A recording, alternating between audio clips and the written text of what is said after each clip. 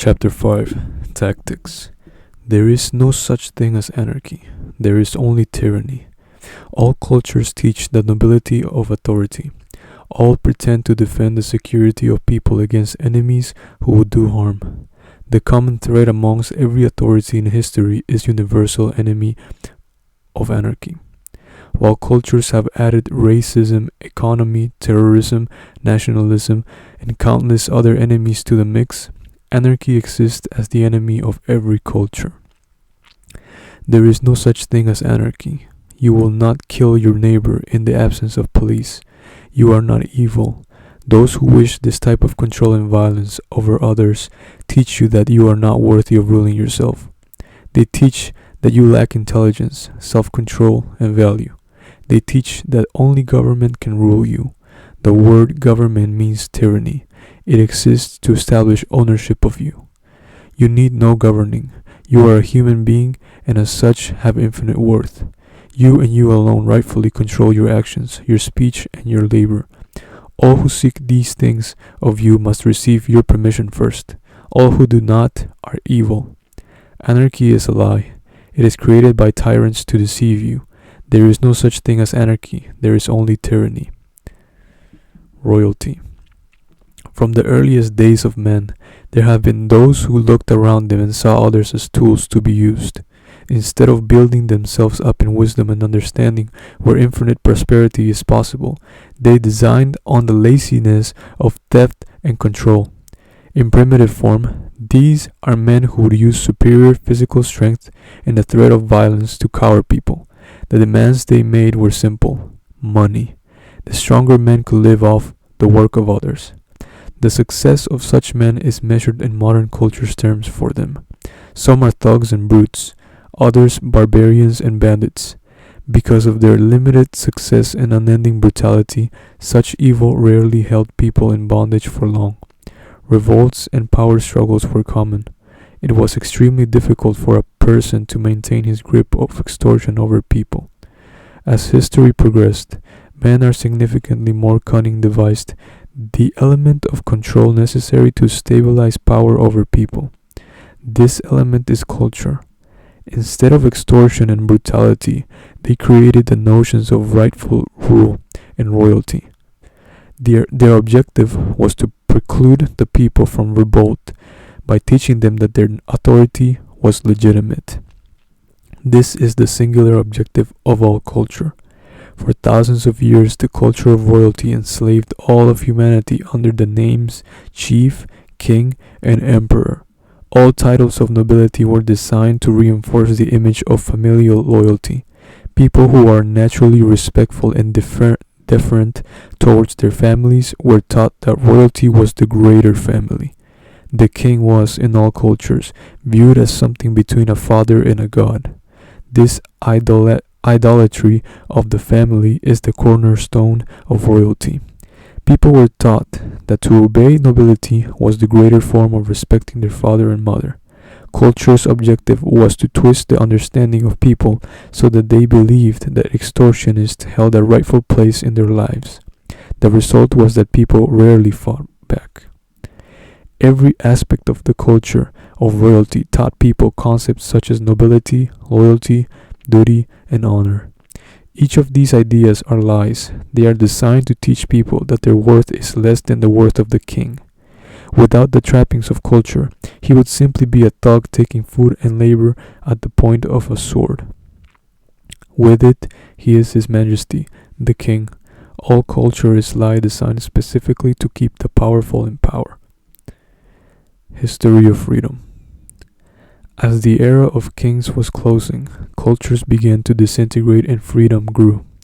This was precipitated by two very specific and very powerful attacks against royalty: the Magna Carta and the Declaration of Independence. Every time cultures are attacked, people begin to learn more about their value.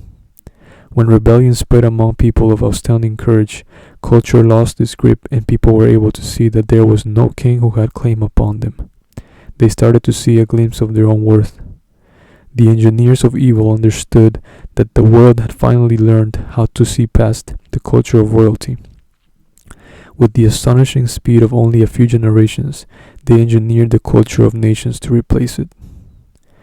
Under the umbrella of nationality, people are slaves to borders more than at any time in history. The power of my king has been replaced by the culturally superior our country. Nations have caused greater death and slavery than any degree of royalty ever envisioned. The history of freedom shows that even as nations grow strong, the cultural lessons from royalty have been learned. Freedom progresses around the world as population increases. Cultures are destroyed by freedom routinely, and the lessons of each new tactic of deceit are being learned around the world. The violence of nations increases as the cries of freedom are raised. Hundreds of millions have been murdered and billions enslaved in recent history, all in futile attempts by evil men to stay in power. As the stability of their empires is challenged, they rain blood upon the heads of their protectorates. The history of freedom shows that such violence is not the growth of evil, but its death. Violence and the enforcement of law are necessary only when culture's grip fails to effectively control the minds of people. The death of kings, the transitions of nations, the mutations of culture, and the violence of governments are evidence of the end of evil. Authorities of all kinds are struggling for breath in a world that is learning how to drown them forever. In the world you and I occupy, the war is already won. We have only to watch evil die. Nations. Nations are a generic umbrella of culture that prove extremely effective for authorities. Nations are commonality in race, language, and heritage to persuade ownership of people. Their only shared agent is the border. As the cultures of royalty disintegrated, nations were created to replace them. Authorities sought the same stability of extortion that kingdoms provided, but needed to escape the understanding that people had learned about the tyranny of royalty. They created a new enemy called them, in a new culture called we. Nations drew lines across the globe and eventually swallowed up every inch of inhabitable land known to men. All those who live within these lines become the property of the state. They are taught that they own their governments by means of democracy, communism, theocracy, and race. They are taught that their nations belong to them. This is the culture of we. The truth is that their nations own them. Nations are created and borders drawn to create stability for authority. While royalty improved stability by convincing people that they owned allegiance to authority, nations took a bigger step and taught people that they were the authority. National cultures deceive the minds of people to more effectively extort money and control. As soon as you lend credibility to a predatory institution, they will make prey of you. Disguised as sheep, they will have you believe that they are defending you from anarchy or any other kind of enemy they can devise. Their laws do not speak of these enemies, they speak of you, how much money you owe, and what you will do for them. Government is an agent of force. As soon as power is yielded to authority, as soon as you give it license to take life and liberty, it becomes an agent of evil. Evil men who seek authority over you will not fight government. All evil at once is power over you. Evil naturally seeks its place in government. There have been many forms of nations created, all with varying degrees of effectiveness in their control. Without exception, the strongest governments are those whose culture most effectively convinces people that the people are the government. All others soon fall. This is why democracies are the strongest form of nation possible. They are introduced last. Communism and socialism. Socialism, communism, and welfare states all have different applications in history and idea, yet they are all exactly the same. They all teach people that they are unable to effectively produce enough to support their own lives. They are given the enemies of greed and destruction as the reasons why authority is needed in their lives. Communism is the second most effective form of evil that has ever existed, and it is the most destructive ever achieved. Communism taught that people require equality of materials rather than the freedom to create. Communism used the lie that people would be part owners of the government in order to garner their support for slave labor and soldering. Anybody reading the implementation of communism or its similar constructs should readily see evil. There is nothing wrong with a community helping each other. There is no sin in sacrifice or giving. But as with all culture, these ideas were lies. There is no sacrifice in communism and socialism, and there is no giving. They are always implemented by force. Socialism and welfare teach that people do not own their own labors. They distract people with cultural ideas of duty and brotherhood. Their true nature is the nature of force. Nothing in welfare and socialism is done by choice. Everything is implemented under the threat of violence. As with all culture, welfare and socialism are evil. Tyranny has destroyed countless more lives than poverty could ever dream. In times of poverty, only one thing stands in the way of people: government. Governments use violence to restrict freedom and therefore people's ability to better their lives. Under the pretense of ending poverty, authorities have used compulsion and violence to create more death and destruction than any storm, any famine, any drought. It is the element of force that belies the tyranny of all socialist ideals. Without force, there is no evil in them. With force, they are the same as any other government. They bring misery to humanity. Dictators. A dictator bears similarity to the kings of royalty while maintaining a culture of nationalism. There is the common belief in history that dictators and kings are noble. Any time a national culture is strong, leaders are thought of as pure and righteous. Joseph Stalin and Adolf Hitler are just two examples. After their deaths, their people were shocked to learn that the atrocities of their nations were created by them. History records endless testimonies of people who believed that the terror in their lives was happening without these leaders' knowledge. National Socialists actually viewed the terror they brought to Europe as a defensive war. Wherever you see culture supporting an authority or trying to implement an authority, you will find a destruction of freedom. In every culture, people are deceived into believing that authority is good. Even when they can see the tyranny of authority in history, they fail to see it in their own culture. The greatest mistakes of history have been those of inaction. Killing a man because he advocates the destruction of liberty sounds extreme to people of all cultures. Culture indoctrinates people with this thinking. Yet the logic of killing Adolf Hitler, Mao Zedong, and Vladimir Lenin instead of allowing them to destroy the liberty and lives of billions is unavoidable. The idea of killing a dictator in cold blood before they murder millions is offensive because the cultures who protect these leaders design themselves that way, and so evil prospers. Peace is found when people stand for morality and reject culture. Defend freedom at all costs and at all times, and peace will rule the world instead of tyrants. Morality enforced. Cultures love teaching people that morality is properly enforced.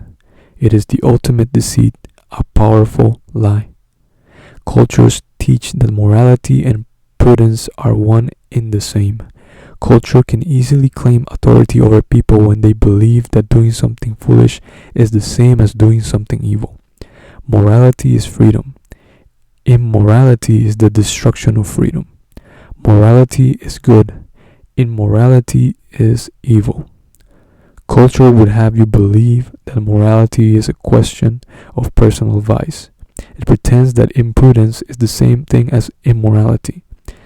When people believe that enforcing prudence is the same as defending liberty, they can be used to support dramatic increases in the power of authority over people. The Inquisitions of medieval times used the ideas of enforcing morality to expand the power of the Roman Church. They created law and enforcement to force church government into people's lives. It was culturally acceptable because they were enforcing morality instead of simple arbitrary control. The American prohibition of alcohol was touted as a way to counter the effects of alcohol's control over people. In order to fight that control, the US government established a massive police force to control the lives of people. Those who would force prudence on people teach that people are not able to learn intelligent behaviors on their own. Culture teaches that people must not be free to make personal mistakes. It teaches that people are not worthy of ruling their own lives. Without freedom, prudence is meaningless. Environmentalism. Environmentalism shares the ideals of communism. It teaches that greed is the enemy and that those in search of money will destroy the earth. The enemy of greed is the same enemy that communism employs. It is the same lie. They both teach that without authority, free people will destroy themselves. They both teach that government is necessary to enforce security.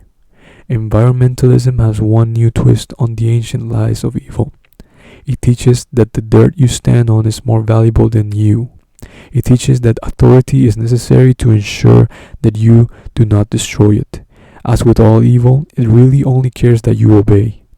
What excuse people choose to follow is of no concern to evil.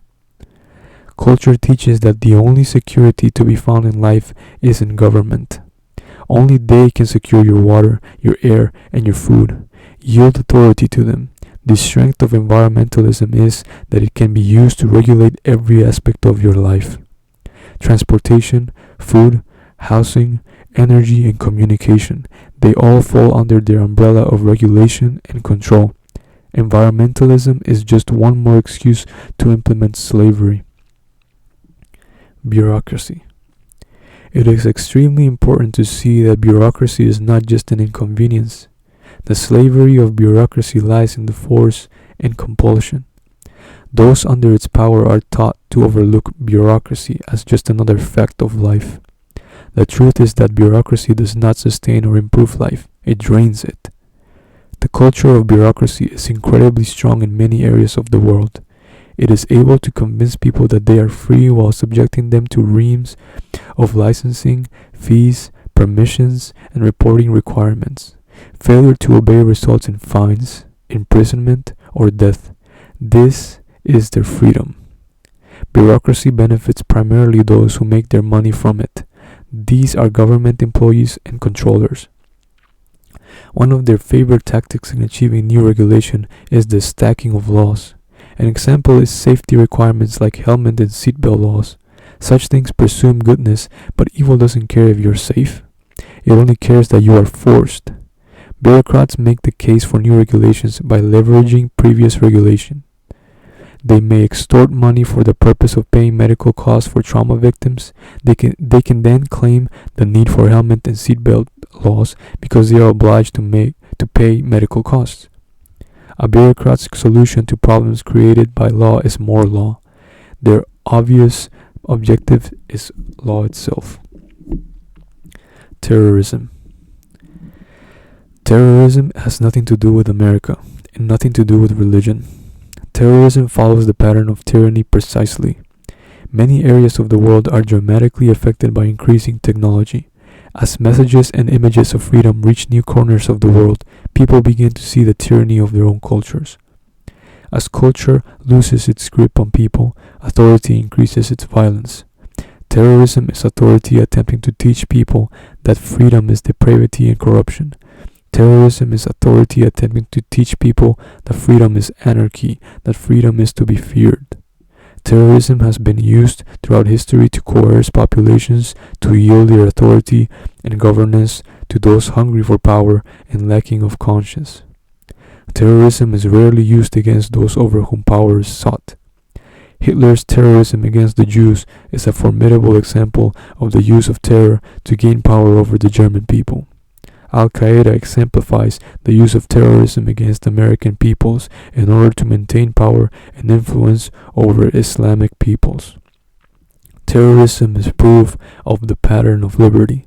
It is precisely because tyrannical states are afraid of losing the grip they have had over their peoples for so long that terrorism is a rising factor in the world. Evil is afraid. Rights. There is no such thing as a right. All people are inherently free. The idea of right was created by men who sought to free people from some of the burdens of government, but who still believed that governments were supreme over men. The problem with rights is that they offer certain delineated permissions granted to man by government. After these, government can still dispose of you as it pleases. Even in measures of restriction, this still teaches people that they have less value than law. The truth is that you are free, and that there is no authority that has any claim upon you, ever. You are by your nature already free. This is the value of a human being. Law enforcement. Culture teaches that police are the only ones whose right it is to defend a people. It teaches that if people were able to defend themselves, anarchy would be the result. The penalty for defending yourself instead of relying on police protection is usually extremely severe. The reason is obvious. It shows the ultimate tyranny of law. If you aren't helpless, then they have little premise to remain in power over you. The intention of law enforcement is not to defend your liberty. It is to defend the stability of the machines of extortion. Laws do not say no killing, no raping, no stealing. Instead, they are volume upon volume of minutiae controlling every aspect of life and destroying liberty wherever they go. Every government agency are enforcers of these laws. The law is not righteous, neither are the enforcers of it. It is a mistake to blindly respect law enforcement as noble and brave. Laws are designed to control, not to protect. An officer of government may believe what he is doing is right. That is exactly what culture wants him to think. Every single one of the hundreds of millions who have died at the hands of governments died under legal premise. Law is not morality. Laws, rules, and regulations by themselves are of little danger to humanity. They presume authority to rule over you, and culture demands that you obey them, but they will eventually be ignored as people test and finally discover freedom. It is the violent enforcement of law that bears the ultimate evil. Enforcement is the core of law, since all laws require enforcement in order to control people. Respect for law enforcement is an invitation to tyranny. Every culture in the history of Earth has taught its people that police are good and noble. Medieval knights excused their tyranny by calling it chivalry. Terrorist cultures excuse theirs by calling it religion. No matter what culture you observe, you will find a belief that the enforcers of law are good.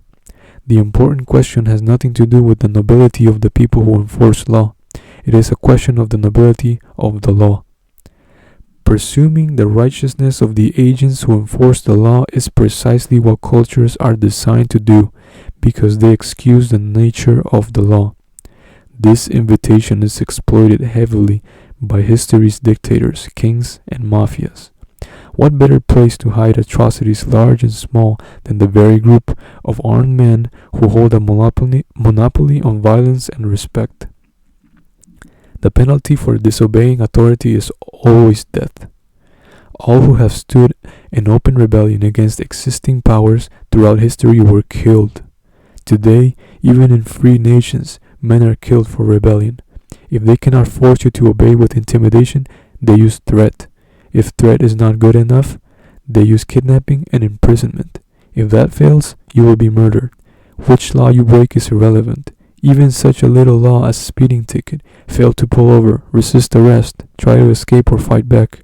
It happens regularly. The penalty is death. Price of government. The stiffest penalties of law are reserved not for those that you are to be protected from, but for those who fail to pay the price of protection. The entire purpose of evil is to enslave you, to destroy your freedom in order to make you a tool for someone else's use. Just as mafia extortion rackets reserve brutal beatings for those who fail to pay the tax, the world's most effective governments use a system of threats, abuse, intimidation, imprisonment, and death to ensure that taxes are paid. This isn't a side note. This is the very purpose for why cultures and laws are created. to sacrifice your labor for the benefit of your masters.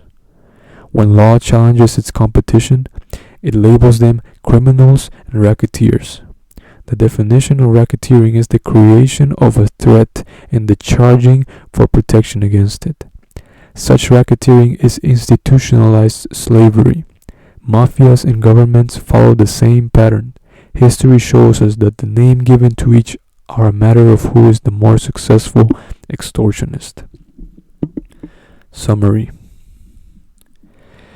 Nations lay claim to people based upon where they are born, with respect to imaginary geographic lines. The truth is that a nation is simply a group of people with guns who will kill you if you do not obey them. Borders and land masses have nothing to do with your value as a human being. They are created to offer rulers stability as they exercise power over you. We is the word commandeered by culture to legitimize the borders and boundaries of law. You are obligated to obey law under penalty of death because you are part of the we within an imaginary geographic line. This is not a we you have joined by choice. This is not a we you can escape. Your ownership of land, your family, and your values are not important to we. In our world, the only escape from the tyranny of we is to substitute one we for another, assuming we let you. Evil would have you believe that you are a subject of borders. This is a lie. After millennia of kings, those who were not royalty but sought power found a way to seize it. Nations allowed evil men to remain in control of culture and law to have authority. Hitler called this version National Socialism. Vladimir Lenin called this version communism. Some are called empires, some theocracies, and some democracies. All have one thread in common: the supremacy of the state. Under nations, culture teaches that no one is above the law, and because nations are defined geographically, no one can escape the law. Put more concisely, nations teach that you are worth less than the law. The definition of evil is the destruction of freedom.